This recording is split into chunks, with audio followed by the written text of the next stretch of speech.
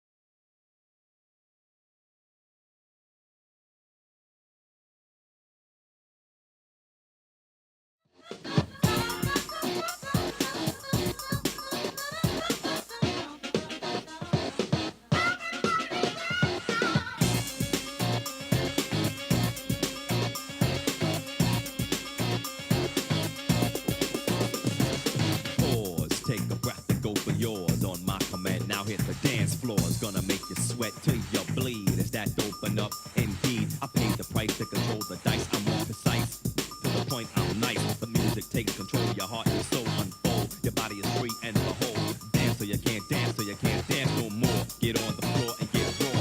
Dip, come back and upside down, easy now. Let me see you move.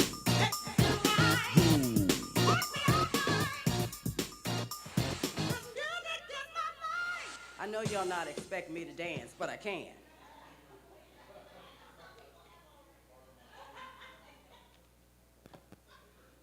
Good morning, good morning, good morning. Please come on in, and if anyone's out there in the hallway, we are about to get started. So excited that folks have gathered today to learn more about their health and how to take care of themselves.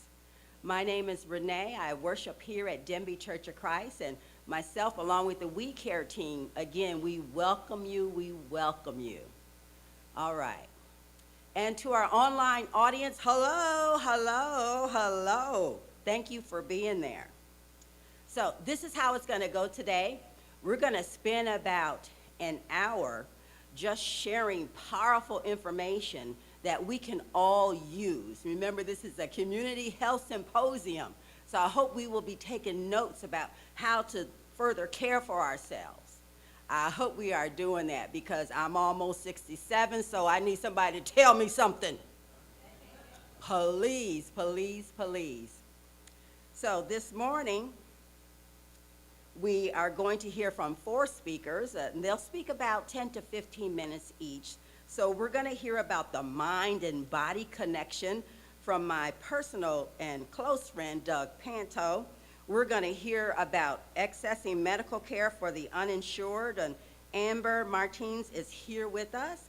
We will also hear about the importance of nutrition. Can somebody help me to stop eating something sweet every day? I really, really need that, yes. I really, really need that. So I will be listening intently to that. Melissa Moulet. And family counseling with Vladimir Handy. So again, just welcome, welcome, welcome. We also are going to be doing a raffle, so hopefully you have your raffle ticket. We just want to say thank you to everyone that's here, and that's part of what we do. There's snacks, drinks, and healthy snacks. I wanted cake, but healthy snacks out in the foyer for you. The restroom for the gentlemen is real close down the hall, but for the women, you have to go a little further down because we're doing some construction.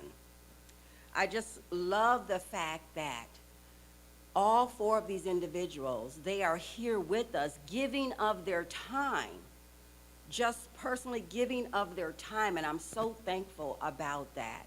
So without any further ado, and we will be introducing each speaker before they come up, I want to share some information about my personal friend, Douglas Panto. Yes, we were in the Air Force together, Langley Hospital. Yay, Doug, yay, yay, yay, yay, yay. And I don't know, but I think Doug has kind of been following me around after he got out, because we also attended the Peninsula Task Force on Aging together, and he was always representing the Alzheimer's organization. This is a gentleman that I remember always a smile on his face and always wanting to help people. Yes, Doug, that's you. Yes, that is you. He is based in Williamsburg, Virginia, and is the Community Programs Manager at Alzheimer's Association Southeastern Virginia Chapter. And I got this from online, okay? This is what it said about you, Doug. Doug, you need to check and see what the internet's saying about you. He has a robust skill set. That's what they said on the internet. A robust skill set that includes public speaking, team building, strategic planning, community outreach, event planning, and more. So, Doug, come on and talk to us about mind and body connection. Thank you so much for that wonderful welcome. Yes, it's been a while since we were at Langley, but a lot has changed, and I got into the field of caring for individuals with Alzheimer's because of my grandmother. I was a field medic in the military, Air Force, and I had to take an early retirement from the military because I became her full-time caregiver. And my family, since I was the only family member with medical background, they all pointed at me and said, "Why don't you take this on?" I said, "Sure, how hard can it be? I'm a field medic in the military, I can do this." Yeah, it was the hardest thing I ever did, and I have to admit, at the beginning, I was not the best caregiver. And a lot of it was because I did not understand what was happening to my grandmother. I thought at first that she was being ornery on purpose, because she knows better. She knows better than to say that to me. But it wasn't. It was the disease that was causing this. So I've been working with the Alzheimer's Association. This September will be my 20th year with them. And throughout a little bit about the association, what we do and who we are a nonprofit organization that helps families that are dealing with this disease. Oftentimes we get that diagnosis and that's it. We get a diagnosis and no one knows what do I do next? Where do I go from here? What help is available? And it's rather scary for families. So I do a lot of counseling with families to help them navigate that healthcare field and what to do next, the planning process, the progression of the disease, the different behaviors that are associated with the disease. So we cover a lot of that.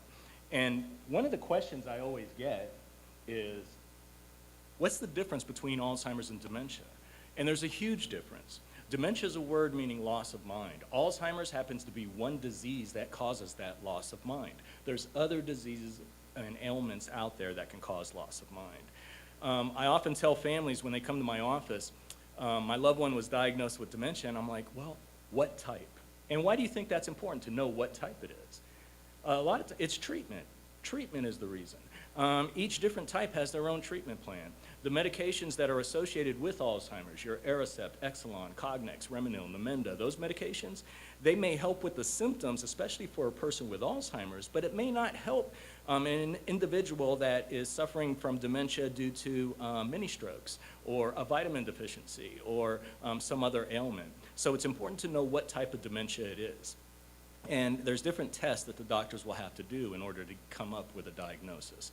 The word dementia, it is not a diagnosis in and itself. If you hear that word from the doctor, please ask what type it is so you get the right treatment.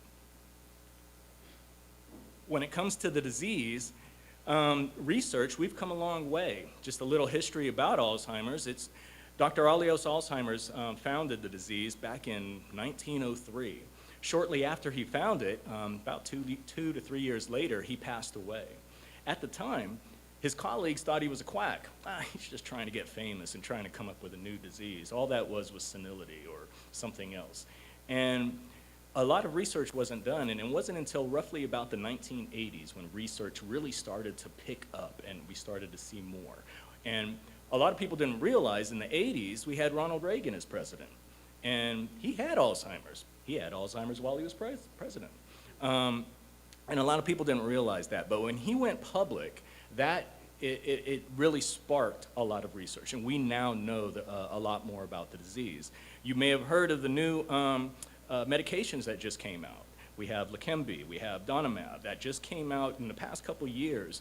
And they are disease-modifying treatments. And it's amazing what we've learned about the disease. So there's hope out there. I hope within my lifetime we find that cure. One of the studies that was done out there was a lifestyle study, because they want to figure out, why is it people get Alzheimer's disease? And does lifestyle have a play in there? And they found out that lifestyle does have a huge play in Alzheimer's disease. We need to eat right. So I'm glad to hear that we have a nutritionist coming in to speak, because we need to eat right. We need to eat more healthy green vegetables and incorporate that into our diet. They're high in antioxidants, which is great for your brain and body. We need to exercise, and I don't mean join a gym. I mean get your heart rate going. A brisk walk around the block, around the house, up and down the street, up and down the hallway can be very powerful and helpful for you. So just try to get some exercise in.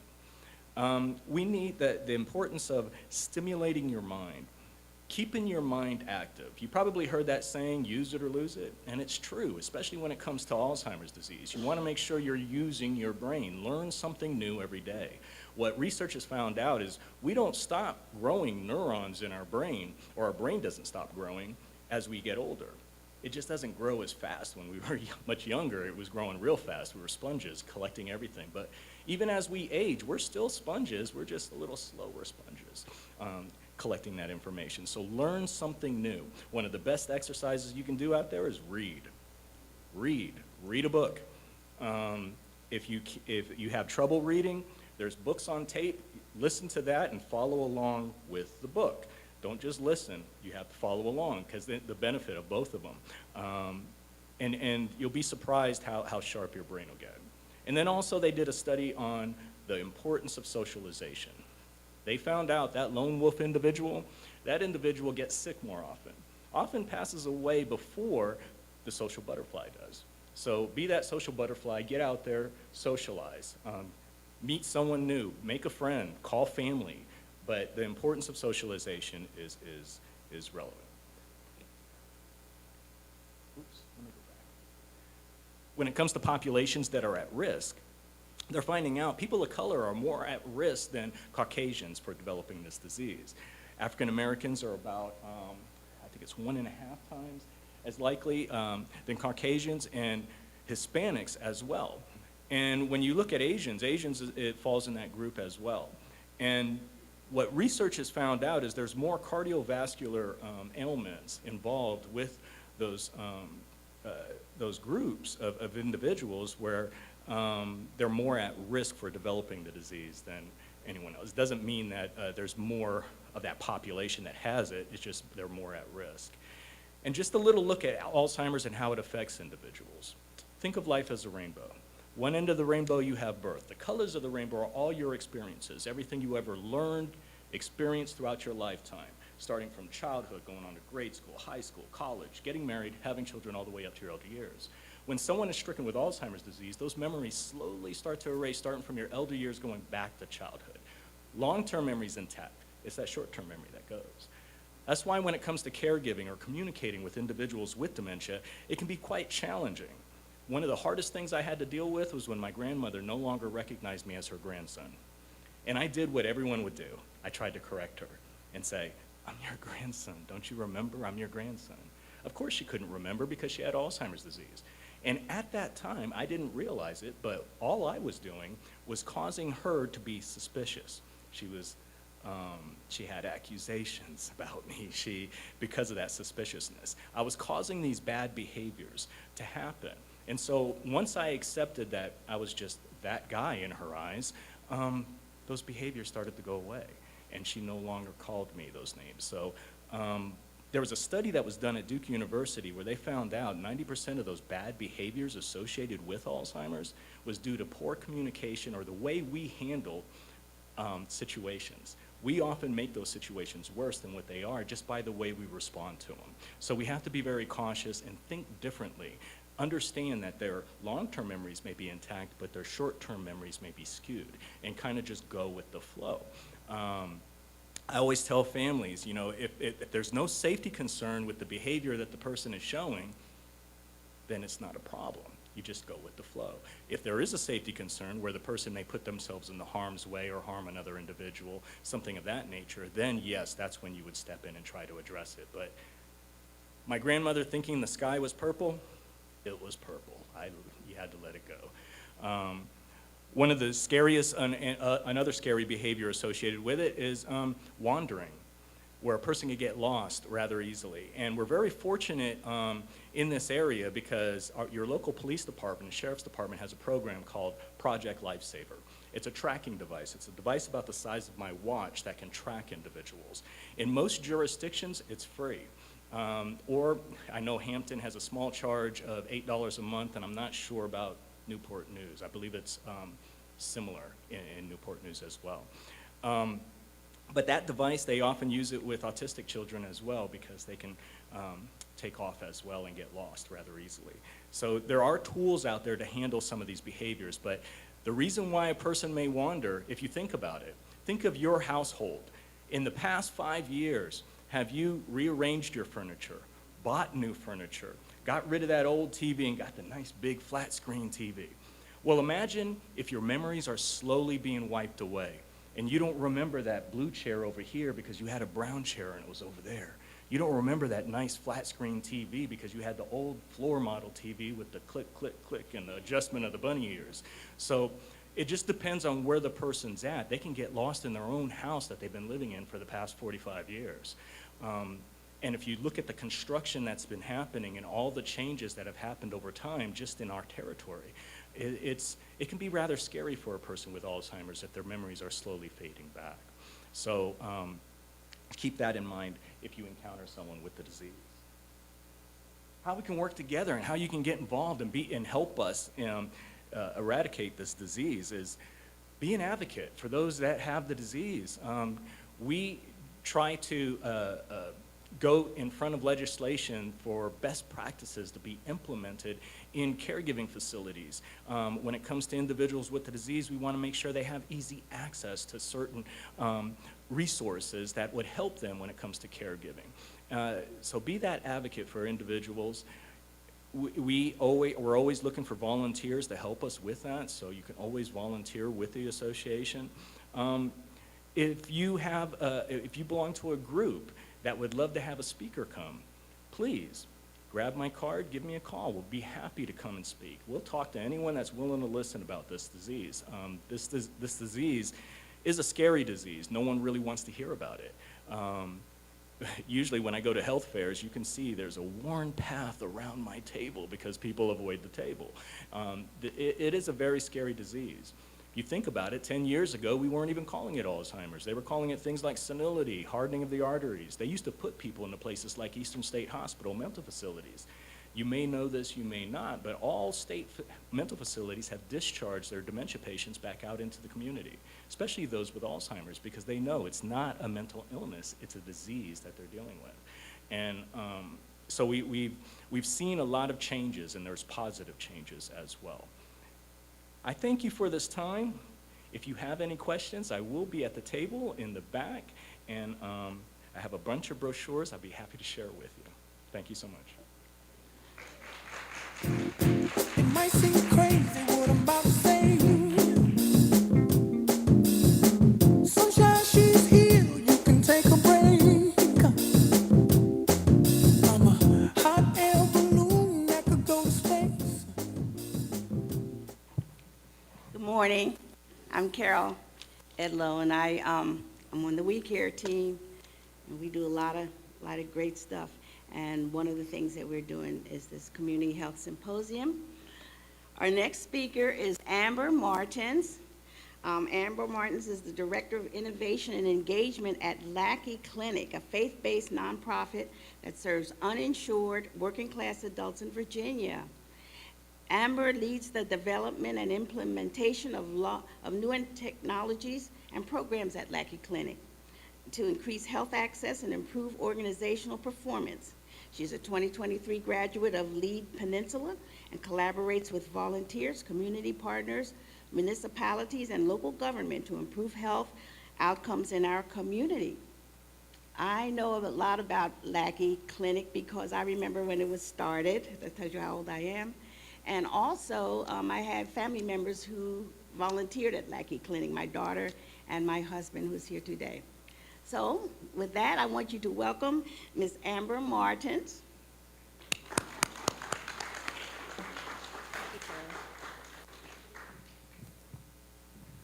Thank you all for having me be here. It's my pleasure to tell you about Lackey Clinic. And actually, I'm super excited to hear from the other speakers as well today. I've already learned a whole bunch, and I'm sure I will with the other speakers as well. For those who are not familiar with Lackey Clinic, I'm going to hopefully tell you all about who we are, who we serve, and how everyone in this room qualifies for at least one of our programs. And for those who are familiar with Lackey Clinic, I think a lot of things have changed over the last 29 years since we have been in existence. And so I'm hoping to update you to let you know all the things that we can offer that maybe we didn't offer before. All right. So first of all, today what I'm going to cover is who we are at Lackey Clinic, who's eligible to be our patient, the different services that we provide to the community, and then how you can apply or how you can refer somebody to us. So we'll begin with what is Lackey Clinic? So Lackey Clinic is a faith-based organization started 29 years ago by Dr. Jim Shaw and his wife Kuka Shaw.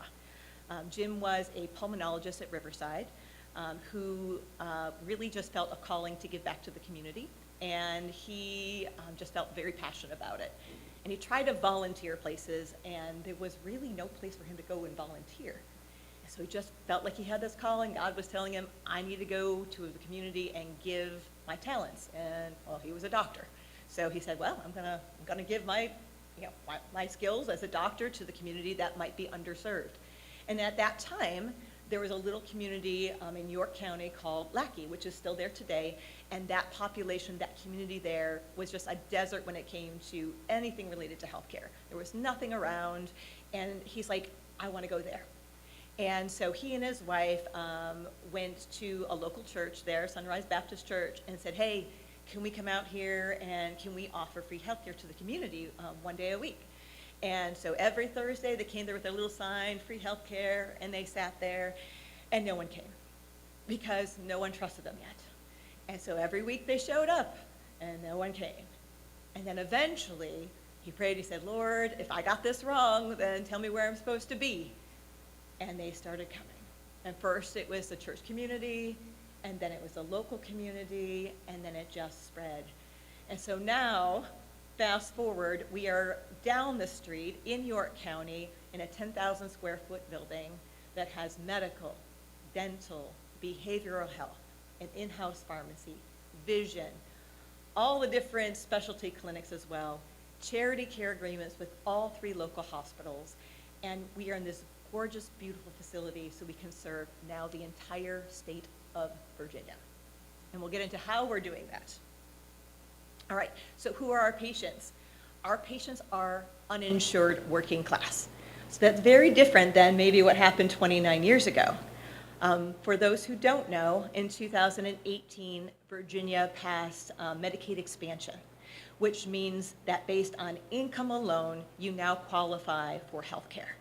So that now is for the lowest income, 0 to 138% of the federal poverty level, which generally means about, for an individual of 0 to about $20,000 a year. So we decided, well, now that they're covered, what do we do with the people who are uninsured? That group, that healthcare gap, needs this care. So we pivoted and we said we're going to handle $1 more than Medicaid up to 300% to cover that healthcare gap. Because what was happening is now the lowest were covered, and the people with the most money could afford really good health insurance. But there was this big gap for all the people who were out there working, taking care of us every day, who couldn't afford quality health care. They were going without. And they were showing up in the emergency room when something got too bad, or they're showing up to us now when they're 40 and 50 with 3 chronic diseases that could have been prevented had we been able to see them 20 years ago. So that is who we serve. Generally, it's people who are making $12 to $25 an hour, but it's based on household income. And we'll get into that on the next slide. Any questions so far? Oh, by the way, love questions. Stop me, raise your hand, love it. Okay, so what makes us unique? Several different things, and I could talk about this all day. So most of you, I'm guessing, are insured, possibly, and you go to the doctor. Things have changed in the last 10, 15 years when you go to the doctor. You know, I kind of love that whole idea of the hometown doc that kind of knew your family, would show up at your house in an emergency. You could always get a hold of them, spend an hour long with you. That's not what we have anymore in our traditional healthcare system, unfortunately. You're lucky to have more than 8 minutes. That's our average face-to-face time with your doctor. You get a half-hour appointment at best. You see the nurse. They're typing away, very little eye contact, and by the time your doctor sees you, you have maybe 15 minutes, and they're doing this the whole time. They're just trying to keep pace with the 35 patients they still have to see that day. It's just where we're at with our healthcare, not at Lackey Clinic. Because we take no insurance, and because all of our providers who work and volunteer there are there for the reason that this is what they went to medical school for. This is what they went to dental school for. This is why they became a pharmacist, to take care of patients. 45 minutes to an hour every single time you come to see your doctor. You get your primary care doctor that you see on a regular basis unless there's an emergency and we need to get you in to see somebody else. That's the first thing. We have partnerships with both CNU and with William and Mary pre-med students who come in to be scribes. One, we get to teach them how healthcare should be. They get to learn one-on-one with a provider. And what does that provider get out of it? This. They type nothing. That student is typing the whole time so that they get to have that relationship with their patient. They get to be able to focus on you. Communication is not this, it's not verbal, it's 80% nonverbal. So now they get to watch that communication between them and the patient. When they see something's uncomfortable, maybe they get to ask a little bit more. They get to ask about social determinants of health, because we know that directly affects how your health outcomes are going to be. And then, for those who, I had a question from somebody earlier saying, okay, well, what about Obamacare or the healthcare marketplace? So that's good for people who have money, who can afford one of the higher end plans, the gold and the premium plans. But those low cost plans, they're catastrophic plans. So you might get one preventative visit a year. But when it comes to using that plan, you have a $5,000 and a $10,000 deductible. Well, when you're talking about the healthcare gap, no one's going to use that insurance. So now they've got a card that they can't use, and then they put off healthcare, and it's not making our communities healthier. So it's a much better option for some people who have that, or for some people who may have employer healthcare, but they can't afford it. Employers are required, if it's more than 12, to offer benefits. It doesn't mean that it's a quality healthcare plan, and it certainly doesn't mean it's affordable. So Lackey Clinic may also be a much better option for those who can't afford it, or whose benefits aren't comprehensive. Okay, integrated healthcare model. We have everything in one location so that our patients don't have to go to multiple locations to get care. You technically could see your doctor, your dentist, pick up your prescription, see your behavioral health counselor, and maybe get a vision check or see the physical therapist, all in the same visit in the same location. Why? Our patients are working. Our patients have childcare issues. They may not have a whole lot of time that they have sick time that they can take off. We want to make it as convenient as possible. And it's also why we offer in-person telehealth visits and virtual care. So our patients can get the care they need when they need it in the best way they can. I know it sounds crazy, right? It sounds like, wow, this is how healthcare is supposed to be. Why? Because there's no money involved in it, which is why we're doing it, because this is how we know healthcare is supposed to be. And then accessible care, we talked about the charity care agreements is so exciting. So we partner with Riverside and Centera and Mary Immaculate. We do the primary care. We do a lot of the specialty care in-house. But then when it comes to some of the special care we don't have, or surgeries, or lab work, we have charity care agreements with the hospitals. Our patients, if you're a registered patient with us and you're using the hospitals in the Hampton Roads areas, and we refer you there, or hopefully not, but if you had to go to the emergency room and you show your Lackey card, you're covered through us, through that agreement. So we can refer for MRIs and surgeries. No pre-authorization, because there's no insurance. So if you need the MRI, guess what? You get the MRI. If the doctor says you need that lab work, you go to the hospital and you get that lab work. It's, again, it's healthcare access at its finest. And then lastly, you brought up a lot of medications, some very, very expensive medications. My daughter was recently just diagnosed with epilepsy, and she's a local worker here in town, and she has relatively good insurance through her employer. And she's failed a bunch of medications, and just from side effects. And so the new one the neurologist just asked about, something called Exculpri, and it's a new medication that just came out. So we're hoping that this is going to be the one. So I called the insurance company, and they're like, oh, that's a tier 3 medication. And I'm like, okay. She goes, well, we cover tier 1 and 2, but not tier 3. 1, 2, and 4. I'm like, what? What do you mean? Yes, so they cover everything but the new stuff that came out, right? The new stuff. They'll cover that particular drug if it's like the 3 times the dose that she needs, but they won't cover it. It's $1,100 a month, right? So, we'll get there on another time. It's a whole nother discussion. But this is stuff people deal with insurance, not just the uninsured, on a daily basis. So guess what we can do because our patients are uninsured? We see about 1,800 patients a year. All the brand name drugs that you see on the television, we get for free. For free. Almost $11 million of brand name medications went to our patients for free last year. Why? Because the federal government says that when you have a patent on a new drug and you can charge thousands and thousands of dollars for it, you have to give it away for free while you have that patent to uninsured individuals. They don't make it easy. So there's a very big, long application. But we have a whole team of staff and volunteers, and that's all they do, is do these applications for these medications. They get shipped right to us at the clinic, they go right into our pharmacy, and that patient gets to pick them up on the way out. All your diabetes medications, that blood clot medication that costs you $1,000 a month that you'll die without. All of those things, your heart meds, the cardiac meds, all of those things, your Alzheimer's and dementia meds, are free for our patients. So again, I could talk all day long about what makes Lackey Clinic unique. So who are our patients? Here we go again. We're in that healthcare gap, the uninsured and the healthcare gap. Now let me tell you also, that means with medical, to be a medical patient, it means you can't have medical insurance. So you can't have Medicaid and be our patient. You can't have Medicare and be our patient. You have to be uninsured to be a medical patient. But you could have medical insurance, but not have dental insurance. And you could be our dental-only patient. So that healthcare gap is what, if anyone is familiar with United Way's ALICE population, that's basically who we serve. It's asset-limited, income-constrained, employed. Again, that $12 to $25 an hour, all those working families out there. Okay, there's our patients.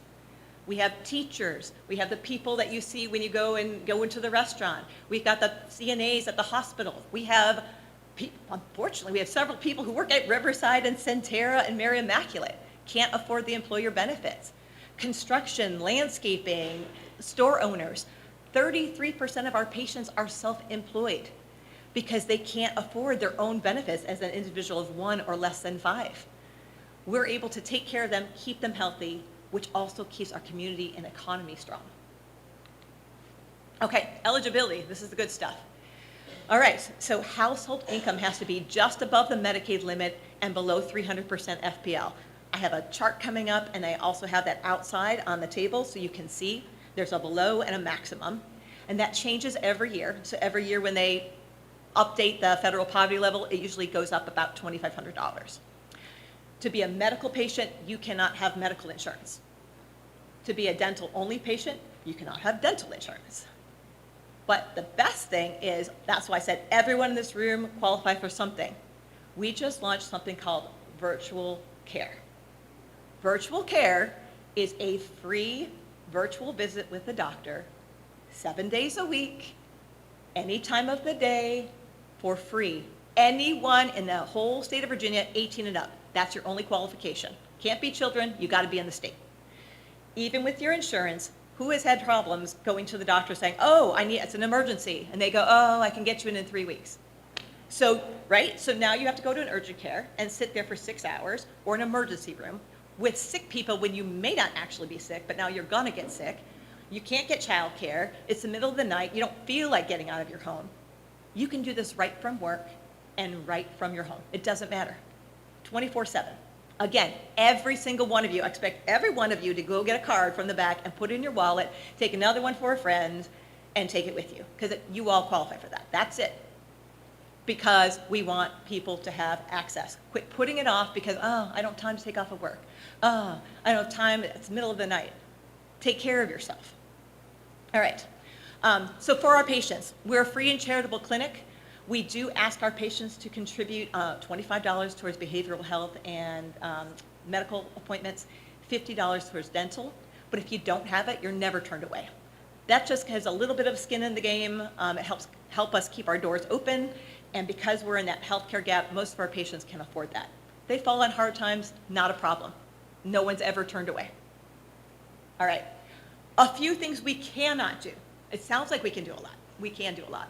But if you are a chronic pain patient where you're on narcotics, chronic pain being it's lasted more than 6 months, and the only thing left the doctor's saying there's not a surgery option is chronic pain management with narcotics, we're probably not the right place for you. It's just not something we do. If you're pregnant, we can see you for the primary care, but we can't see you for the OB obstetrics. So we would refer you to Brentwood or one of our partners for the OB care. And then for serious mental illness, meaning things like schizophrenia or things where a psychiatrist needs to be seeing you probably weekly, we can't manage that. We can handle a lot of things. We do have psychiatry, but when it's serious, where it's like you're involved on a regular basis, where you're needing things like weekly, that's probably not the right, we're not the right fit for that. Other than that, we've got you. Here are those income guidelines. So again, family size is listed on that column. Family size means who you claim on your taxes. So if it's a boyfriend and a girlfriend who have to be living in the same household, it's 2 individuals of 1. If it's a mom and 2 kids, and those are minor kids that she claims on her taxes still as dependents, now it's a family of 3. Does that make sense to everybody? Okay. So 139, that's that bare minimum. That's what you have to earn, that dollar over Medicaid. And then it goes up to 300% on the right. So that's the maximum the household can make. So again, you can see a family of 4, say 2 parents with 2 kids, can make up to $93,600. This is our working class families. And I can tell you there's over 26,000, and that's in 2022, 26,000 families in the Hampton Roads area, families. So that's multiple people who are in that Alice gap, who are still uninsured. So, and we have availability, not to see 26,000 maybe, but there are other clinics around the area, and we can certainly have more patients. Okay, so all the different services. It's unbelievable. So we have the primary care, right? Your regular primary care doctor. Then we have in-house specialty care. So we have cardiology in-house, physical therapy in-house. We have rheumatology in-house. We have diabetes education, including nutrition, including connected care. We have connected care for our high blood pressure patients. We have, oh my goodness, we have a bunch of different ologies where they come in, right? Neurology, orthopedic, that's all in-house. And then the charity care agreements. We can send you for oncology, all the other things with our partners. We have dental care. This is for people who are dental only, or you're a medical patient, you're a full patient. Root canals, we have crowns, all that's available to our patients. Oral health care, which is huge. People don't understand why, if you're diabetic, it's really hard to have good oral health, how they're linked, how that all matters. Behavioral health services, counseling, in person or telehealth for people, as well as psychiatric. Vision, we can do free eye screenings, we can do look at the back of your eye, refer for eye surgery, and free eyeglasses, 1 pair to every one of our patients. We've made the roads much safer. We have the free and low-cost medications, we have telehealth services, and then we also offer spiritual care. So we are a faith-based clinic. That's not pushed. Our doors are open to anybody, whether you have faith, you don't, it doesn't matter. It's why our staff are there, and that's why we are doing what we do. But those doors are open to anybody. But if somebody wants spiritual care, there are people on staff that are there, they'll just to talk to or to pray with you, and they're there. So that option is open as well. And then, again, my favorite thing to talk to you about today, this is Lackey Virtual Care. This is what you all qualify for. Again, anywhere, any time of the day, 24/7, state of Virginia, 18 and up. How does that work? So excited, because I love new technology. So it's a new program called Zipnosis. It's being widely used throughout the UK and also here. There's a hospital in Minnesota who charges $35 a visit for it, but they do 77,000 visits a year. Why? Because of lack of primary care providers. It's hard to get in. People don't access it. And a lot of people just don't want to go to the doctor. They don't want to go. They have a hard time with it. They're scared to go. They don't have time in their schedule. They won't go. So what this does is when you go to a doctor and you have all those questions that the nurse asks you or the doctor asks you, when did the symptoms start? What happened? How long? Does it itch? Does it this? Whatever your symptom is, all those questions the doctors have pre-built into this platform. So you go in, you start saying, this is what my symptoms are, and it asks you the questions that the doctor asks you. It takes all those things, boop, boop, boop, boop. 3 in the morning, you wake up, I'm like, I think I have COVID. You start answering the questions. It takes everything you've answered and sends it to one of our doctors. This is comprehensive. All of these doctors are board certified, ER doctors usually, who are very familiar with the urgent care setting. We can access your medical records. So when you sign on, you authorize for us to go into your medical record so that we know what are you allergic to, what medications you've been taking, what other diseases you might have. So the doctor now is able to say, oh, okay, I have a comprehensive picture of what this person's needs are, what their allergies are, and what their health history is. And they go, boop, boop, boop, boop, boop, boop. Oh yeah, I can make a diagnosis. Is it up a respiratory infection? Or is it COVID? Or is it pink eye? Or a UTI? Or, oh, that rash, don't worry about that. That is this. And so they email you back and say, here you go, I've made a diagnosis. Here is your healthcare plan. It gives you self-care tips along with the medical treatment that you need. And then if a prescription is needed, it knows on your location, you choose the pharmacy you want it sent to, and this prescription goes. Boom. And again, free. Now, you have to pay for your prescription. We don't do that. But it's just if you have insurance or if you don't. And if you don't, we can send a digital GoodRx card to you so that you can use it to get a discount off your prescriptions. Now, what happens if the doctor can't make a diagnosis with the limited information? Oh, and you can upload pictures too. The doctor could say, I need to do a phone call with you. I need more information. Or the doctor can say, I need a video because I need to see you. And so they'll step it up to a video chat. And now like FaceTime, but it's done through DoxyMooch, which is a medical platform for video. Now the doctor can see you, ask you more questions, and get the information we need. Now if you use it for something that's not appropriate, it's not urgent care, it's going to say, this is not the right platform for you. You need to seek in-person care. Things like your excruciating pain is 10 of 10, you can't wait. It's going to say, hey, if it's that bad, you need to go to an emergency room or seek in-person care. If you've been out of your blood pressure medicine for a year and you're asking for a refill, they're going to go, no, you need to seek in-person care. But if you ran out of your blood pressure medication and didn't realize you didn't have a refill, and you're like, I've been taking this and now I can't see my primary care for 2 weeks, guess what they can do? They go, oh, yeah, Dr. Smith has been prescribing this for the last 2 years and this dosage. We can give you a 30-day refill until you can get into your provider. So all of those are available, again, to every single one of you, anyone 18 and up, entire state of Virginia. Please utilize it. There's a QR code on the back. of those cards out there, or you can go right to our website and access it from there. All you need is an email, and then your account is set up. That's it. Okay, value of our services.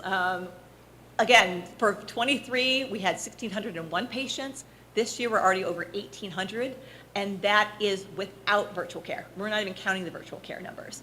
We've launched that last month, and we've already had almost 300 visits through virtual care. So we'll be seeing a lot of people. Last year, we had something called virtual urgent care, but you had to align with a doctor and an appointment time. We saw almost 500 people. But the problem was aligning the doctor with the patient. And so we couldn't do weekends, we couldn't do 24/7 care. Now that we've gone to this platform, we can expand our reach even more. And then again, almost $10 million of brand name medications to our patients. Okay, so how do you refer, how do you apply? First thing, if it's urgent, use virtual care. Please don't wait, don't put off what you can get taken care of today. If it is urgent, do the virtual care. If it's not, you go right to our website, www.lackeyclinic.org, and you can apply to be a patient 24/7, right online. Dental only or medical, apply right there. You can also access that virtual care, just hit start visit. It's available in English and Spanish, it's completely translatable, as well as virtual care is as well. Just hit the translate button, goes right to Spanish. Or you can email me, or call me, or come speak to me outside the table. If somebody speaks Spanish, we also have Abby, who I work with, and she speaks fluent English and Spanish, and she can also help people apply by phone as well. If you have questions, I'll be at the table outside, handing you each a virtual card, as well as any other information you have. And that's it. Thank you very much.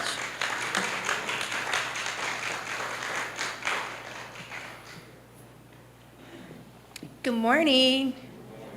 I'm Michelle. I'm also part of the We Care team. Our next presenter will be educating us on nutrition, which is something I definitely need now that I've retired. So please give a warm welcome to Miss Melissa Moulet. She's a clinical dietitian at Centera Williamsburg and integrative nutrition at Centera Brock Cancer Center.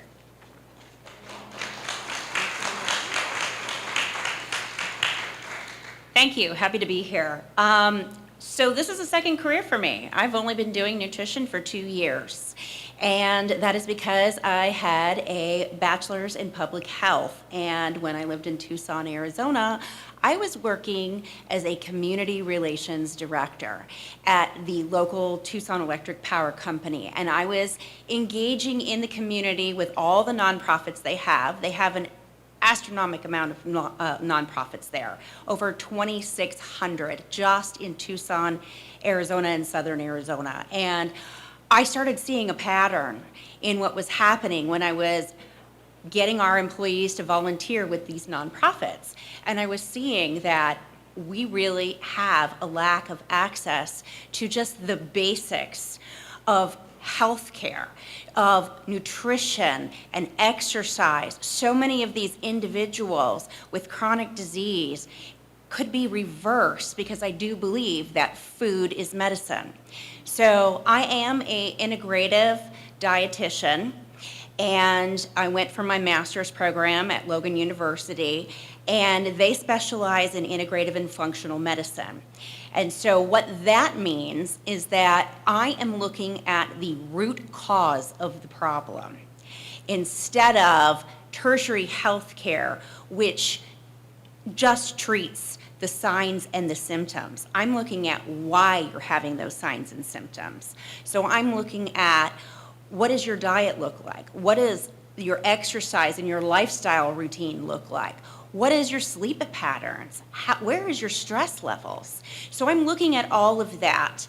And so what I do this, I do clinical nutrition in Centera. I also do outpatient.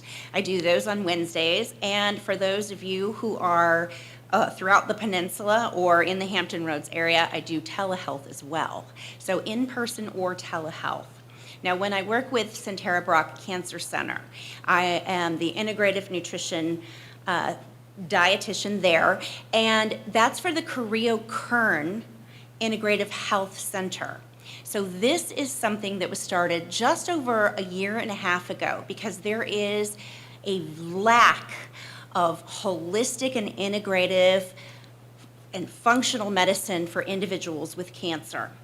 So this was started by one of our past CEOs of one of our Sentara hospitals from a generous donation, and it's the Carrillo Kern Integrative Center. And so this is Carrillo Kern cancersupport.com for any of you that are interested. What we do, we take a very limited financial amount per visit. It is all grant funded, so there is a cost for care, but it is very limited. However, if you cannot afford this cost for care, there are scholarships available. So who do we treat? We treat individuals that are in current cancer treatment and up to 5 years of survivorship and their caregivers. So we have virtual for yoga classes. We have virtual for nutrition classes. We have virtual, and those nutrition classes are done by a 22-year cancer survivor, Shay Arluck, and she does those once to twice a month. They are online at that CarrilloKernCancerSupport.com. And she talks about a variety of things, mostly nutrition and then just lifestyle, how you can live well in survivorship. Then what I do is I take care of individuals on a one-on-one basis, looking at where they're at now with their needs. It's very personalized nutrition, and then again, looking at that root cause. So part of my philosophy is, how can we age well, especially whether it's in survivorship or if you have diabetes or heart conditions, because again, I do work through the Williamsburg outpatient as well, so I see a variety of patients there. And what I found fascinating was the Blue Zones. Has anyone ever seen the Blue Zone Project? So there is a wonderful documentary on Netflix that talks about the Blue Zone Project. What this is individuals who, around the world, there's 5 locations that were studied, that there's a plethora of individuals who are living well with an absence of disease to over the age of 100.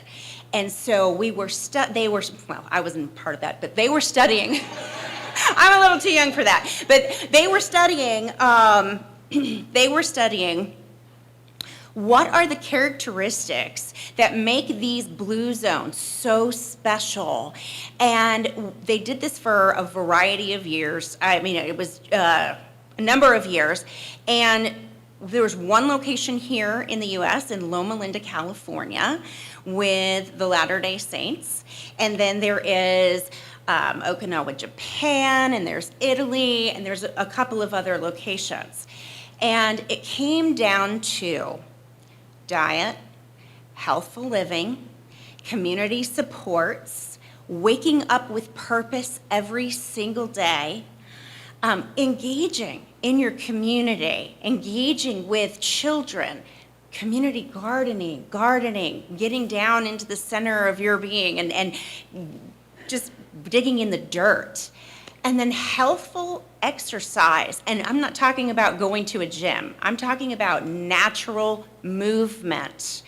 And these things really all together, including another key was faith, having faith and support from whatever flavor of faith it is, all together brought people to living healthier lives and living longer with the absence of chronic disease. So what is chronic disease? Most chronic disease is inflammation. All of these chronic diseases are inflammatory pathways in our bodies, including cancer. It's a metabolic disease that's born out of, yes, DNA changes that then proliferate those cancer cells. So those cancer cells become cancer cells, whether it's from environmental factors or genetic factors or lifestyle factors, but they are changing the structure of our DNA. And then we have things in our DNA, little other cells that say, oh, no, no, that's not right. Let's clip it, cut it off. But when we have a high load of inflammation in our bodies, and those cancer cells keep getting smarter and they're being fed by those inflammatory loads in our bodies, that's when they proliferate. There used to be this misnomer that, or myth, if you will, that sugar feeds cancer. And I'm sure a lot of you have heard that. Well, okay, I would say excess added sugars are one of the factors that feed cancer, but so does saturated fat and sodium. Think about those things that cause heart disease and cause the plaque in our arteries to harden. It's those saturated fatty foods and it's sodium. First thing any heart patient is told is lower the sodium in your diet. Have a low-fat diet. So this is super important for the fact that we want to live well, not just with the absence of cancer, but with the absence of heart disease and with the absence of diabetes and sometimes chronic kidney disease, which can be a secondary factor when we have diabetes. So how do we do that? I'm going to talk to you today about the anti-inflammatory food pyramid. I have handouts in the back. And the anti-inflammatory food pyramid is really just a dietary pattern. There are 3 different diets that are included in this, and many of you have probably heard of the Mediterranean diet. Some of you may have heard of the DASH diet, which is the dietary approaches to stop hypertension, which is advocated for by the American Heart Association. Well, now there is another diet called the MIND diet, which melds these two together, which is neuroprotective of our brain function, our cognitive health. And so this is a little less rigid than the DASH diet, which honestly, I don't know who can get in 3-4 servings of fruit and 5 to 6 servings of vegetables a day. That's a little harsh. So when I work with my patients, I say, look, let's talk about what we can slowly add into your diet. But what I have here today, and I'm sorry for our online, I should have had some slides up, but what I have here today is the pyramid for the anti-inflammatory diet pattern. And so the MIND diet is more in line with this pyramid. And what it is the foundation is those fruits and vegetables. The next level up is your whole grains and your beans. Those two together promote healthy fiber in our diet. And most of us, there was a study done that shows we only get about 15 grams of fiber daily. However, women need at least 25 grams a day and men need 38 grams. Fiber, and I tell everyone this is like the silver bullet because fiber is going to lower your LDL for heart disease. Fiber is going to lower those excess blood glucose if you have type 2 diabetes or even type 1 diabetes. Fiber is going to even grab up excess estrogen in your bodies if you happen to have those estrogen receptive positive cells that promote breast cancer. How does it do it? So I talk to people about, think of fiber, and this is the soluble fiber, as soap to dirty hands. When you have dirty hands and you pump that soap in and you lather up, you see those beautiful bubbles. So this is chemistry. Those beautiful bubbles are actually causing little bubbles around the dirt and the water washes them away. Soluble fiber does the same thing to excess glucose in our bloodstream, leveling out our blood glucose levels, helping us reverse some of those horrible spikes if we have type 1 and type 2 diabetes. It grabs up extra LDL cholesterols, the bad cholesterol in our bloodstreams, and helps wash those away. And it even grabs up excess estrogen. So what are soluble fibers? Soluble fibers are going to be your beans. They are going to be sweet potato, apples. They're going to be oatmeal. There's a variety of soluble fibers.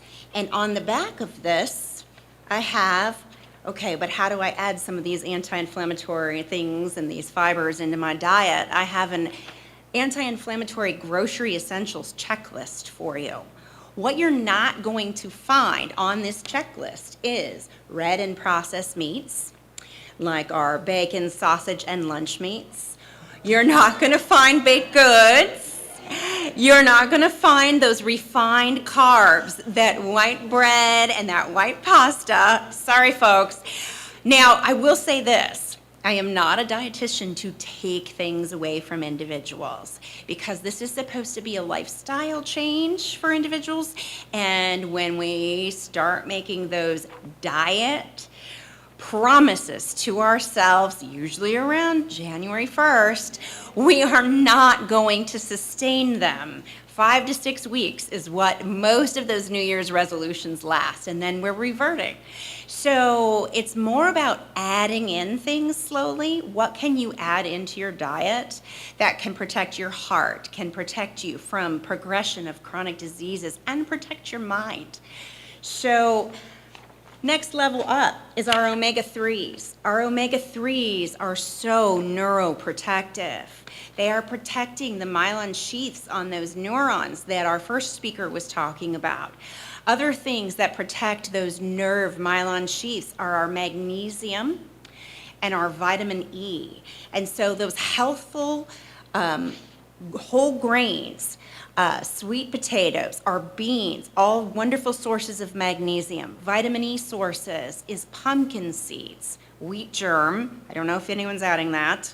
But our pumpkin seeds, easy to add to salads, easy to munch on as a snack. Other sources of vitamin E, broccoli, collard greens, our other dark leafy greens. Those are going to be protective of our brain function as we age.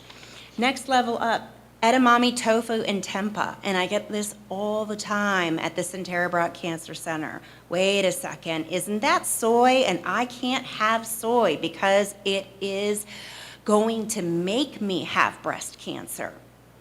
That's another myth.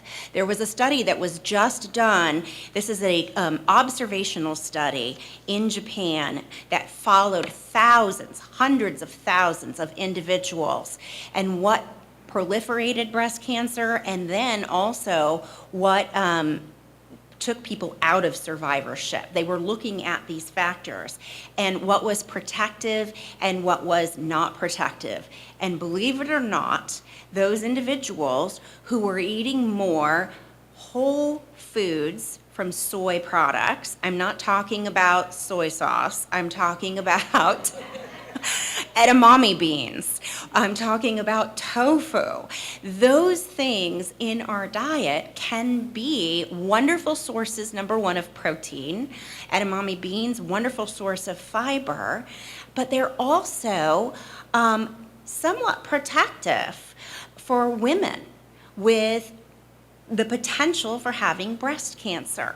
Now, more studies are needed, so I'm not going to say that's our silver bullet, because we do need to do more studies to make sure that this is what is protective. But I will tell you that, yes, it is a phytoestrogen, but it is an external source, and our body does not readily take up that external source as it does our own internal makers. In fact, some of the external source can block our body from taking up those internal sources of estrogens. So we're not sure yet why it's so wonderful to have in the diet from a breast cancer perspective, but I'm excited for the future research. Other levels up are our proteins And so this is going to be lean proteins. That means if you're eating red meat, and yes, you can eat red meat, think about trying to eat 2 or 3 servings a week if you are eating red meat that are the size of the woman's palm of a hand or a deck of cards. So those are available to you. Again, I don't like to take anything away from anyone, but your lean poultries, looking at white breast meat, not eating the skin, eating eggs, yes, even eggs when you have cholesterol, higher cholesterol levels are going to be fine. Next level up are some of our really beneficial anti-inflammatory, antioxidant superfoods. These are our herbs and our spices. So garlic, wonderful white source of a vegetable. And I'm going to highlight white for a second because the other thing I talk about is making sure we get a rainbow in.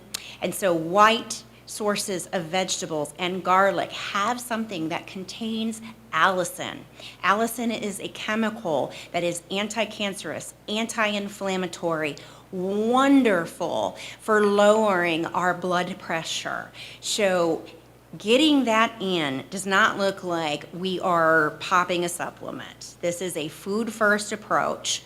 There was a study that was done that individuals with very high blood pressure just added 2 cloves of garlic to their diet every single day, and they brought their top blood pressure down almost 10 to 12 points on average, and their bottom blood pressure down. That systolic came down 10 to 12, that diastolic came down another 10 to 12 points, which is huge. So adding 2 cloves of garlic every single day can be very beneficial. There's allicin in other white vegetables, our cauliflower, our leeks. We want to add those in. Red vegetables, red, also reddish orange, turmeric. Turmeric is from a root. Turmeric, however you say it, super important, wonderful anti-inflammatory spice. This is actually going to be a spice.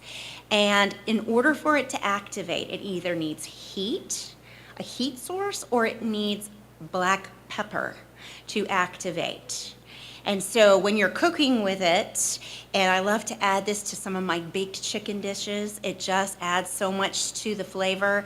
Make sure you're putting that black pepper on there or making sure you're cooking it. You can add it into like a cold dish, like your chicken salad, but then you definitely need that black pepper. Okay, red foods and orange foods, super important. Red foods have a lot of lycopene in our diet.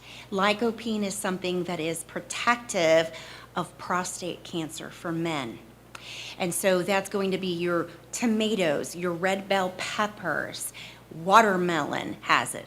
And then our orange foods, that has our beta carotene, which you know is protective of our eye health, but it is also super protective of women for breast cancer. So other things that we want to add into our diet. So maybe we're drinking sweet tea. I like to swap out sweet tea with green tea. And if you like a little bit of sugar, maybe have honey instead, because honey spikes our blood sugar a lot less. It's a natural source of sugar, and it's going to make that sweet flavor for you. But green tea has something, another chemical property in it that is anti-aging, anti-cancer, cancer protective for reoccurrence of cancers, and it has in it the ability to stop our cells from aging. So super protective. Last on the anti-inflammatory food pyramid is your desserts and your wine. And yes, so desserts and wine are available to you, but chocolate, dark chocolate is a wonderful anti-inflammatory. I eat 2 squares every single day. And I add that into anything. And I say just have a little bit and then you savor it. Wine, this is something that was surprising that came out of the blue zones, is that individuals in those blue zones are drinking 1 glass to 2 glasses of wine every single day. So red wine. It's red, not white or rosé. The red wine has a property in it called resveratrol. And that resveratrol is also anti-aging. You're like, okay, wait, I don't drink alcohol. That's fine. You don't have to drink alcohol. In fact, if you are in survivorship, the number one thing is avoid alcohol. So I know with socialization, you probably want to have an enjoyment, but there's a lot of sparkling wine, sparkling fake wines out there, and I have recipes for mocktails I give out all the time to my patients. So how do we implement this diet? Using this, we want to make sure that we are, getting our pantry, our fridge, and our freezer set up for success. There are a lot of recipes that are out there. I love the eatingwell.com for all kinds of wonderful plant-forward recipes. And setting yourself up for success by maybe making sure you have more frozen fruits and vegetables in your freezer. If you are doing canned beans, that's fine if you rinse them or if you need to soak your beans to get that sodium out of them prior to eating them, that is a wonderful way to add beans into your diet. Adding chickpeas, adding hummus. People are like, wait a minute, I don't like hummus, that's frou-frou food. And I'm like, I promise you love chocolate hummus, okay? And I have a recipe. So, I also have a handout for everyone, and I'll be talking with y'all later at the table out there, but I have a handout on 20 ways to enjoy more fruits and vegetables. And I work individually with everyone, meeting them where they're at, and helping them minimize the signs of chronic disease. Thank you so much.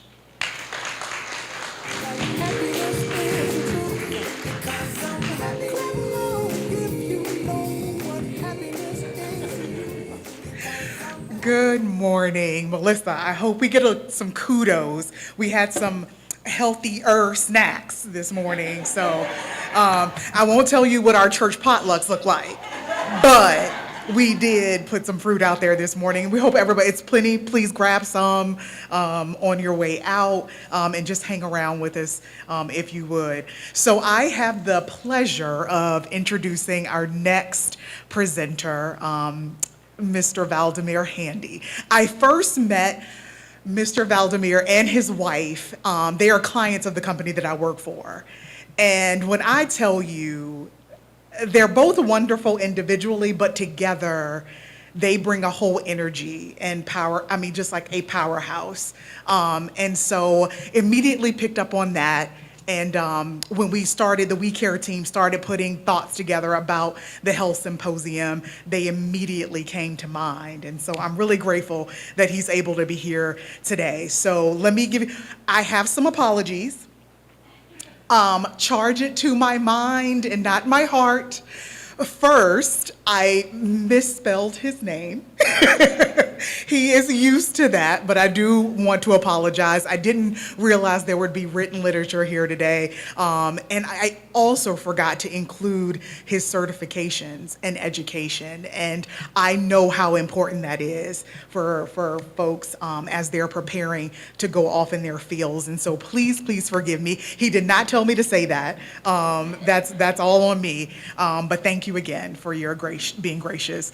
Valdemir Handy is the founder of Inner Circle Incorporated, a mental health counseling agency that guides their consumers through all of life's challenges. Inner Circle partnerships include local departments of social services, local departments of juvenile justice, and community service boards. Inner Circle has 3 areas of practice: outpatient services, substance abuse services, and community-based services. Example, mentoring, parent coaching, mental health skill building, and intensive in-home services. Valdemir was born in Chicago, Illinois, and raised in Chicago Heights, Illinois. He attended Bloom High School and at the age of 17 enrolled at Virginia State University, where he earned his Bachelor of Science degree and then later earned his master's degree in applied sociology and a certificate in criminal justice studies from Old Dominion University. He also has a second master's degree in clinical mental health counseling from Liberty University in Lynchburg, Virginia. Professionally, Valdemir began his career as an assistant director for a foster care program. In his transition, he became an entrepreneur in 2002, opening Inner Circle Incorporated. In 2010, he started a nonprofit named I don't know why I can't get this, Demaria Foundation. He is a registered certified substance abuse counselor and a licensed mental health professional, and is best known for working with males, couples, and individuals. He was also an adjunct professor, as well as a consultant who provides training to other mental health agencies. Valdemir is a proud member of Alpha Phi Alpha Fraternity Incorporated and currently resides in coastal Virginia with his wife. They have one son and two grandchildren who reside in California. Please join me in welcoming Valdemir Handy. Thank you for that. That was a quick fix. No, I'm just playing. One of the things that I want to do, I know the slide is up, but can everybody go to the table and get a bottle of water, the fruit, and the cup? Yes, now, everyone. It's a little icebreaker. Yeah. No offense to you, don't waste your time. Here's why. Because I'm happy. Clap along if you feel like a room without a roof. Because I'm happy. You gotta have all of it. If you feel like happiness is the truth. Because I'm happy. Clap along if you know what happiness is to you. Because I'm happy. Clap along if you feel like that's what you want to do. Bring me down. Can't none I'm doing good. How are you?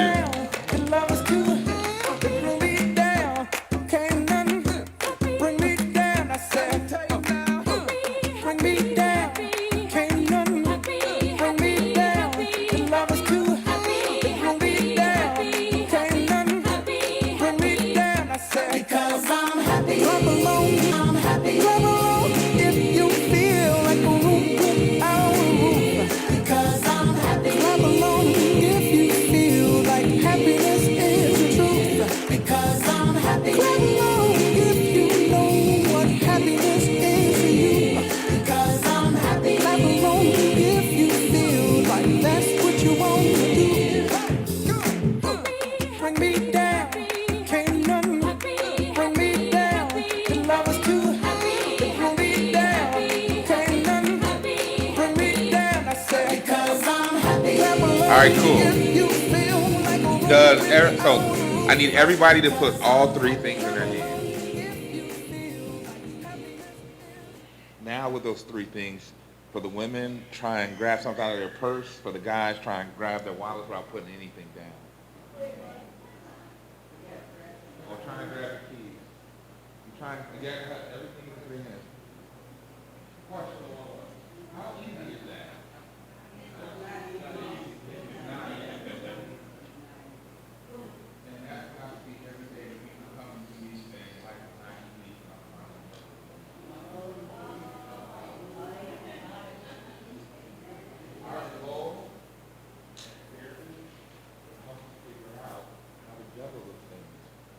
And what's important to hold on to, and what is important to let go. Most people can't figure that out because they get in a cycle of life and they just keep moving forward. Therapists, when you come to see us, we're not here to fix your problems. We're here to help you come up. We're here to help you come up with solutions. We're helping agents in the process. Also, we got to get over the myth that we're broken when we come. People are not broken. Life put us in situations that makes it look dark, that we can't move forward. Our goal is to find that silver lining in your life so that you can move forward. And problems could be in a relationship, problems can be with your family, problems can be at a job. But there's always a solution. You just gotta find the right person to help you. So when I talk about therapy, one of the things, when I do some of these things, I don't bring marketing material because I'm not trying to sell you anything. You're on your own discovery and figure out what's best for you. A lot of times when people call, they'll say, can you help me? The first thing I tell everybody is, I don't know. I may not be a good fit for you. Our agency may not be a good fit for you. But come in and let's consult and figure it out, okay? One aspect of counseling is family counseling, okay? What is family counseling? Does anybody know? Counseling is just a form of therapy in which members of a family attend counseling sessions together. What does that look like? Does anybody know what that could look like? A family means that it's more than one person. Your partner could be your family. If you're a single parent and bring your children in, that's a family. One of the things I always ask people when they first come in, because the first session we're trying to get information, is this: what has motivated you to be here? Because if I say, what is the problem, then people are like, what is going on? I got a problem? We have to be, one of the things I try and do is be very strength-based and positive. Because people come in and they're hurting. And so how can I help you heal? One of the things that's not in the bio she talked about is for the last 4 years, I've taken on the responsibility to work with our local cities. And I would say the Commonwealth Attorney's Office in Newport News, Hampton, and Norfolk. And in that role, I see a lot of hurting people because my job is to help people manage getting through death. Because we have a lot of homicides and suicides in these cities and the numbers are going up, but people couldn't cope and manage. And on the backside of it, some of those people were killing themselves. And so I see a lot of people hurting. My goal is to help you manage and be better. So in family sessions, you got to understand that members of a family are not required to live together. I think someone talked earlier about telehealth. Do a lot of telehealth sessions. One family may be here in Virginia, another one will be in California. Remember, the person that's here, the conflict that you have, you don't actually have to be living together, but it can be someone that you're connected to through a loving relationship. The goal is always to improve communication, relationships, and the problem solve. That's the goal. Most people don't talk. When people come to me and say, he did this or she did that, or my son did this, what was the expectation? What was the boundary that you created? How were you both involved in that to make that happen? It's not just one person, it's two people. But we're so busy blaming other people because we're hurt, we're not listening. We just want to heal in the quickest way is I'm going to hurt you. I think it's very true that hurt people hurt people. Family counseling focuses on resolving conflict within the family dynamics. What are the family dynamics? Does anyone really know what their family dynamics is? And then when you do you do anything about it? think we don't. My own personal experience, got an aunt, got to listen to her. Got an older brother, have to listen to her. But just because they're in that position of hierarchy doesn't mean that they get to treat me any kind of way. But they do. Short story, Christmas, living in Chicago, lived in a suburb, 45 minutes away, in college, had to go pick up my aunt in the city, got there, left my house about 9 o'clock, got to her house at 10:15. She didn't come out of her apartment until 11. By 10:45, I left. When I got home, she called my mom and was like, he was disrespectful. He didn't wait for me. And I said, no, you were disrespectful because it takes me 45 minutes to get there, and you made me wait almost another 45 minutes. Understanding the family dynamics, she said, I'm the aunt. My response was, I respect you for that, but can you respect me as being your nephew? We have to tell people what we need in the expectation of us so that we can come to a common ground of being able to communicate and work together effectively. Gain a greater insight in learning each family member's personality. You got to do that. And in doing that, sometimes you're just going to have to say, that's uncoilers. And I just can't be in that environment. Or I'll have this ability, because it's a family function, to do what I can, not to create even further conflict. You got to learn yourself. You got to put yourself in a space that you know what you can and cannot do. What I tell a lot of people is, before you date that person, sit down and have a real conversation. Because then when you start dating them, you're going to get married, and then you're going to have kids. And if you don't resolve that problem, you're going to bring all that into your family, and then guess what? Now you're not focusing on each other in the marriage, you're focusing on the kids.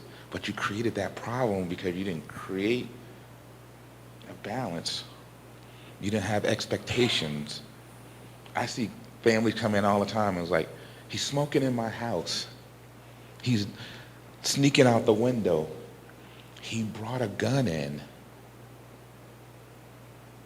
This is a real life situation. And I said, well, what are you doing to prevent it and keep your house safe? Well, we love him. But where's the consequence? This kid had a 9mm with a silencer in his room underneath his bed. And the parents went and got a lawyer and got him off.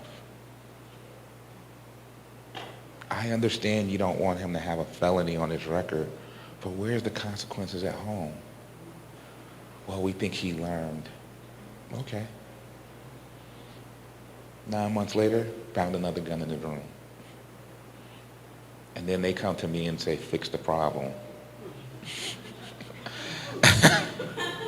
I can't fix that problem because it starts at your house, and understand your family dynamics and who is your child getting involved with. It always starts with you, okay? Myth, family counseling is not couples counseling. What we're trying to do is bring a greater level, and the word we use is homeostasis. It's balance. But it starts here. If you don't have balance within yourself, whether it's mentally or emotionally, then nothing's going to go right. A lot of times what I tell people is to wake up and say something positive about themselves or positive about their situation. Life throws curveballs at you all the time. Sometimes you wake up and it's raining and you don't want to go to work. You're just like, I need a mental break. I want to rest. I don't want to do anything. You know, for some of us, you know, like in my house, it's like Monday, Wednesdays, and Fridays, I'm responsible for the laundry and cooking and kids. And it's like, whew, my wife and I, and people ask us all the time, and that's why I laugh at her, and she says, we're dynamic. My wife and I have worked together for 20 years, and we're still married. This year we'll celebrate 28 years of marriage. And the thing is that we always revisit why. Sometimes you have to take time out for yourself and just, if you're in a marriage, come up with every 6 months, put them cell phones down. Have real conversations about what worked and didn't work. If you have kids, what is going to be the plan for them over the next 6 months? Everybody needs a tune-up. What's crazy is that when people come, they ain't had a tune-up in 10 or 15 years, and they want us to try and problem solve in 20 minutes or 45 minutes. Or they'll say, how long do you think it's going to take us to fix this problem? Well, you're 35. Let's start at 18. We got about another 17 years.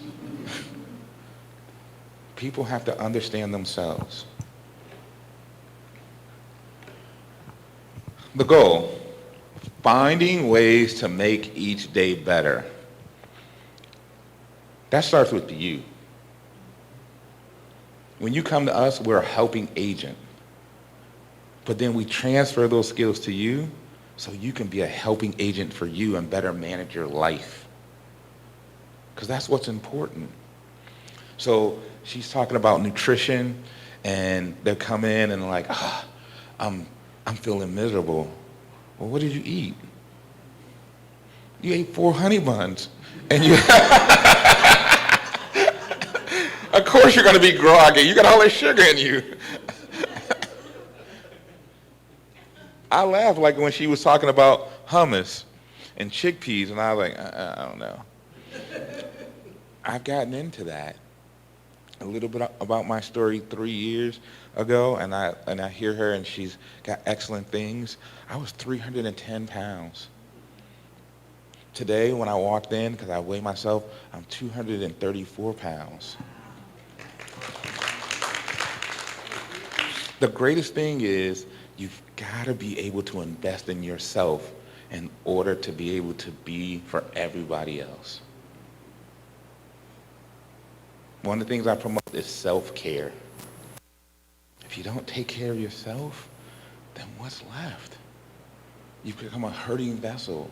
If you're getting up and the phone rings, I had an aunt also, she lived in Chicago, she came here, she said, it's peaceful, I want to be in Virginia. But you didn't change your habit. Because her habit was, she may not have physically been there, but she was still on the phone 20 hours a day talking to people, and her blood pressure continued to go up.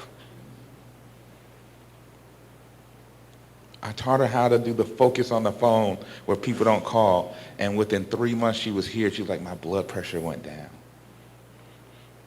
Understand your family dynamics, what I said before, because you got to take care of yourself. Seek a better understanding how roles and personalities can impact each other in those relationships. Stop trying to fix everybody. Sometimes we can be so emotionally invested because that's who we are. We're just naturally jumping in and saying, I can fix you, or I can help you, but we can't. Some people's problems and situations are so complex, we can't. I had a client once I was with for 8 months, and they came in and they was like, how's today going? I said, I need to ask you, how's today going to be? They said, why? I said, because I can't help you. We've turned this into a social conversation, and we're friends, and you're not implementing things.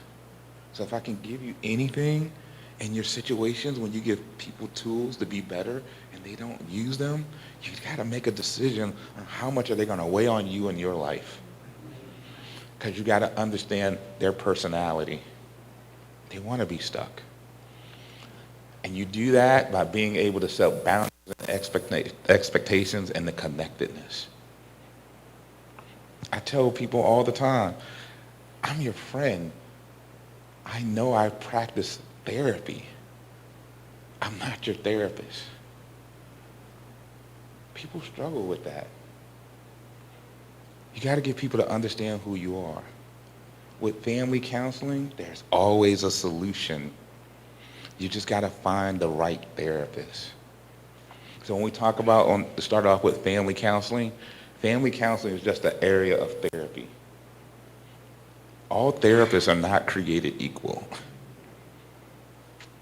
And we think that sometimes because they've got some initials behind their name and they say they're a therapist.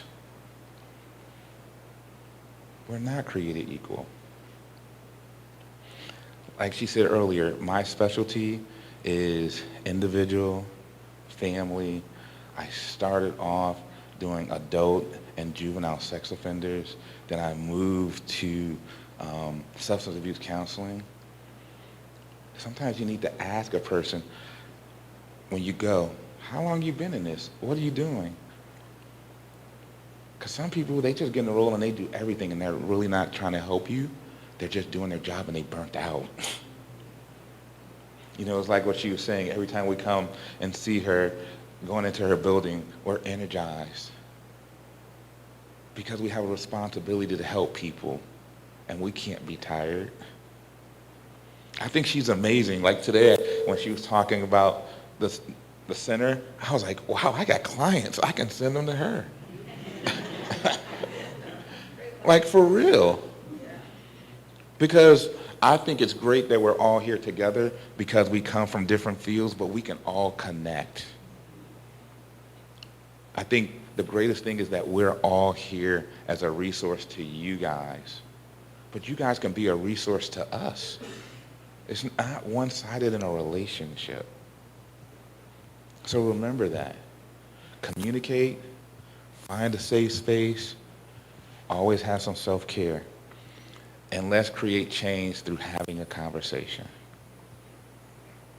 Now I'm gonna open it up. Does anybody have any questions or thoughts or things they want to get out about counseling? Because the one thing I want to put through is we're not fixers. We are here to self-guide you to come up with your problems because we don't want you to be in therapy forever. We want to give you the skills to problem solve. You may want to come back in 6 months and say, remember we talked about that? And I may say, how's that going? It went really well, but now I have a new problem. And the first thing I say is, what did we learn? What did I teach you? Did you implement that? So, let's continue to have a conversation. Yes?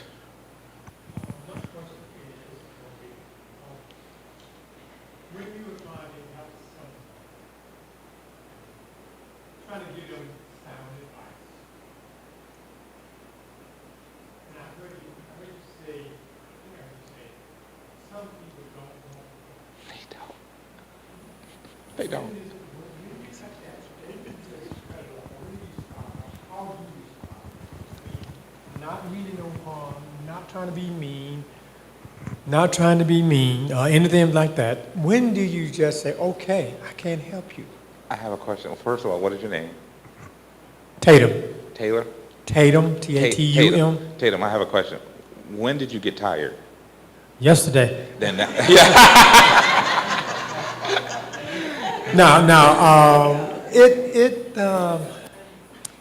It's been over some time. Then you already knew when to stop. You just continued to go in because of your heart. Exactly. You already knew. So that's what I'm trying to find out. When do I just let it go, or when do you allow yourself to say, okay? I'm going to circle back. You already knew.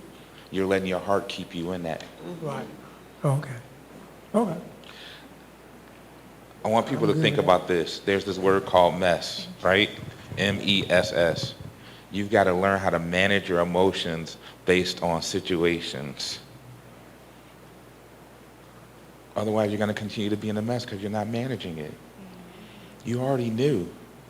But for some reason, you have an emotional connection to saying, maybe they'll get better. And so you keep having hope and faith because that's what God asked you to do, but they're not honoring that with you by being committed to that salvation. Okay, next. Yes, you mentioned family dynamics. Mm-hmm. You asked us about family dynamics. I'm asking you, what do you mean when you talk about family dynamics? there's always a hierarchy and someone in power that's managing everything. And sometimes you got one or two people who's managing it all. And sometimes you have to break it down and say, hey, I don't like when you do this, because then this person feels like understanding the power structure. Because some people, all they're concerned about is them. Then also you got to be concerned about there's people within your family, they're just attention seekers. They create situations so you can focus on them and not on your journey or anybody else. And it makes it easy for them, and then they're in control. So look at your family structure. For me, it was my grandfather. That's when everybody performed their best because of him and his thinking. And no one wanted to go outside of those lines. But then when I had an aunt, like I was saying, the one that I had to pick up, every time she came, I had to be in that mess. I had to manage my emotions because of that situation, because she always created something. And so for me, we can be in the same space. It's just you're in the basement and I'm upstairs in the kitchen and living room. I didn't deny them anything. I just denied them access to me because of the way it made me feel and the mood it put me in that 45-minute drive back. You got to be focused on you and how can you keep yourself in a healthy space. Every family has a dynamic. Anyone else?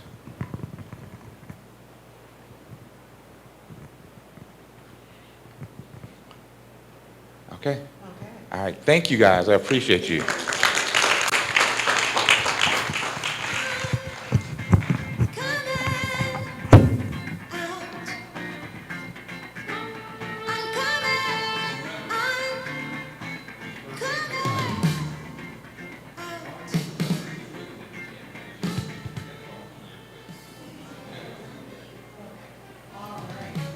Thank you again, everyone, for presenting. It looks like, Melissa, it looks like you're heading out. Okay, sweet. All right, don't leave. We have something for you.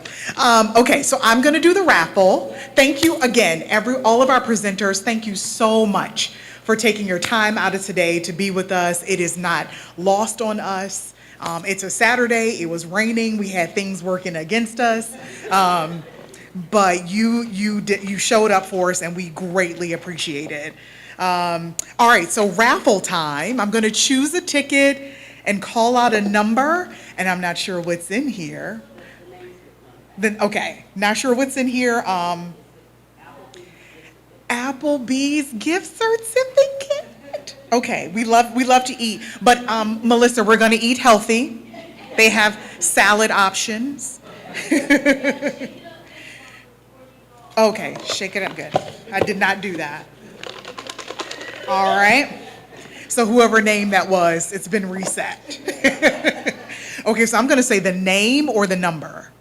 The name. Okay. So this is ticket ending 896, and the number, oh gosh, I can't read it. Help me. I'm sorry.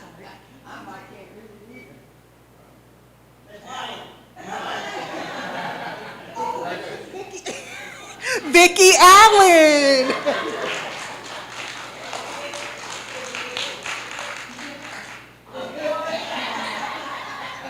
Thank you so much. Oh my goodness. So I am standing here as a member of the We Care team. I have not been a member of this team very long. I think Michelle and I are probably the most recent members of the group. But I just have to say, this group of women, Renee here is the chair of that group, but this group of women, we are inclusive, so if any man want to sign up, we are recruiting members, but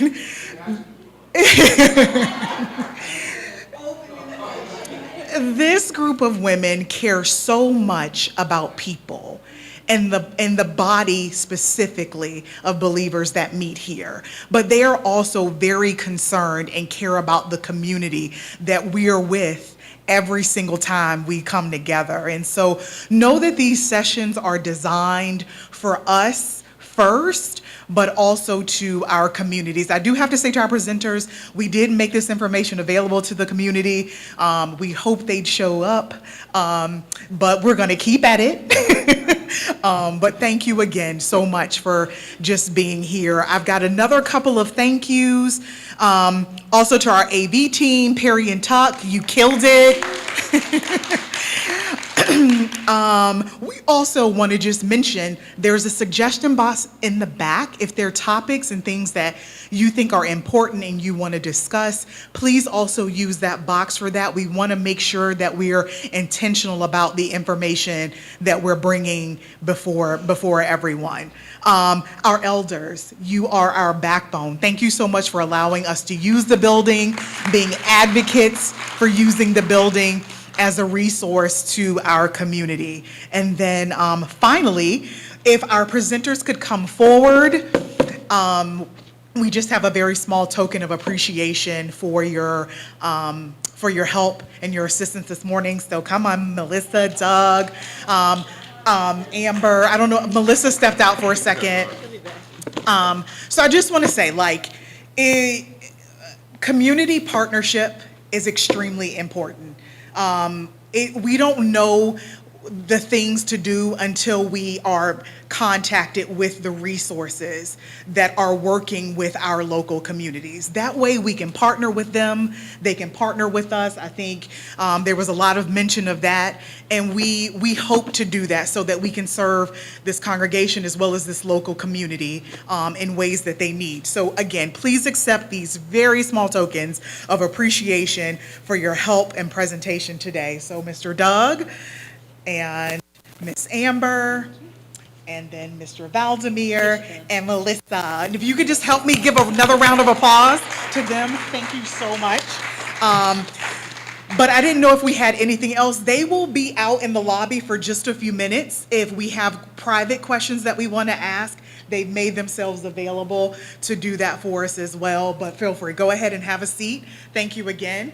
And do we have anything else, Aunt Renee? Okay. I'm sorry, Renee West.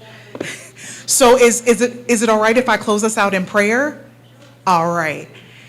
Our most gracious and loving Heavenly Father, we thank you for this day. We thank you for all of your blessings. We thank you, Father, for this opportunity to gather together in an assembly, Lord. We don't take that for granted. It is a privilege.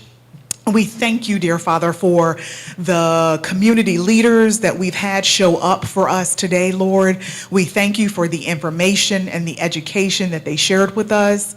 Help us, Lord, be able to find the ways where we can improve, we can add value to our lives and to each other. We come, Lord, asking your blessing upon those who of our church are struggling both mentally and physically, Lord. We ask that you touch them with your healing hand. Help us to be a resource and a connection for them, Lord. Just be with us as we go through the furtherance of this day, that the things that we say and do will be pleasing, will be helpful and uplifting. In Jesus' name we pray. Amen. Thank you, thank you, thank you, thank you.